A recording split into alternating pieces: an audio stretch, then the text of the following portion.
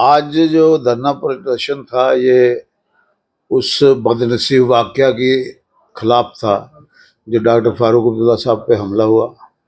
Doctor Farooq साहब Z+ security के शख्सियत हैं। डॉक्टर फारूक अब्दुल्ला साहब एक मेजर पॉलिटिकल पार्टी के रहनुमा हैं और नेशनल कॉन्फ्रेंस के सुप्रीमो हैं।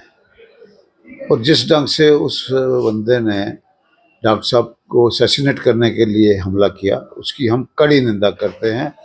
हमारे वर्करों में, हमारे साथियों में, लोगों में बड़ी बेचैनी है कि ये अगर डॉक्टर फारूक अब्दुल्ला साहब सेफ नहीं है तो फिर सेफ कौन है।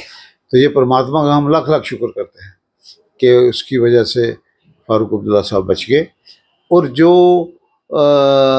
इसके पीछे कॉन्स्पिरेसी है वो सामने आनी चाहिए, ताकि ये कॉन्स्पिरेसी के बिना नहीं हो सकता।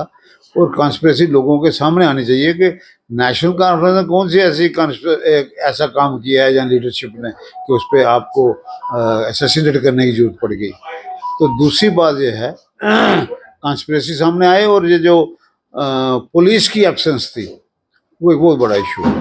किसकी डिक्टेशन पे पुलिस एब्सेंट थी, क्यों पुलिस वहाँ लोकल पुलिस नहीं थी, क्यों वहाँ ये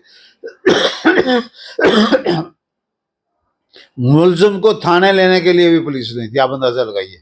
और एक रिवाल्वर लेके आदमी अंदर घूमता है, उसको कोई रोकता नहीं है, तो ये कैसी सिक्योरिटी है। और ये आज हमारे खाड़गे साहब ने वहाँ आवाज़ उठाई है पार्लियामेंट में, हम उनके मशहूर हैं। और ये हमारे पार्लियामेंट मेंबर साहबान ने भी आवाज़ उठाई है। और उसमें नड्डा साहब के जवाब को देख के मुझे एक हंसी भी आई कि नड्डा साहब तो अब सीनियर मिनिस्टर भी हैं, प्रधान भी रहे हैं। वो कहते हैं कि जम्मू कश्मीर सरकार भी बड़ी संजीदा है सिक्योरिटी के लिए। अगर यही संजीदापन है कि फारूक अब्दुल्ला साहब जो Z+ सिक्योरिटी के मालिक हैं, उसको अगर हमले से आप बचा नहीं सकते, आम आदमी के होगा। लोगों में बड़ा इंतशार है, लोग बड़े परेशान हैं। और हम ये समझते हैं कि दो इशू देखने की ज़रूरत है। एक तो फारूक अब्दुल्ला साहब पर हमला कैसे हुआ, वो कैसे आदमी अंदर पहुंच गया, और दूसरा ये पुलिस की एब्सेंस क्यों थी, ताकि लोगों का विश्वास बनाया जा सके। मसला है इंक्वायरी में सारी बातें आएंगी, 20 साल या क्या साल उसकी सारी बात आएगी। हम इसीलिए कह रहे हैं ना, जो इंक्वायरी हो वो भी लोगों के सामने आनी चाहिए, कोई इसकी कॉन्स्पिरेसी क्या थी और कौन पीछे था ये हमला कराने के।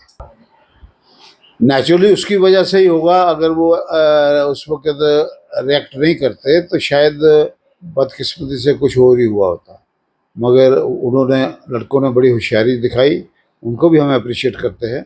मगर हम सरकार का ये देखते हैं कि सरकार ने इतना बड़ा सिक्योरिटी लैप्स हुआ और उसके बाद आपका पुलिस एब्सेंस, ये दो बातें बड़ी सीरियस बात है।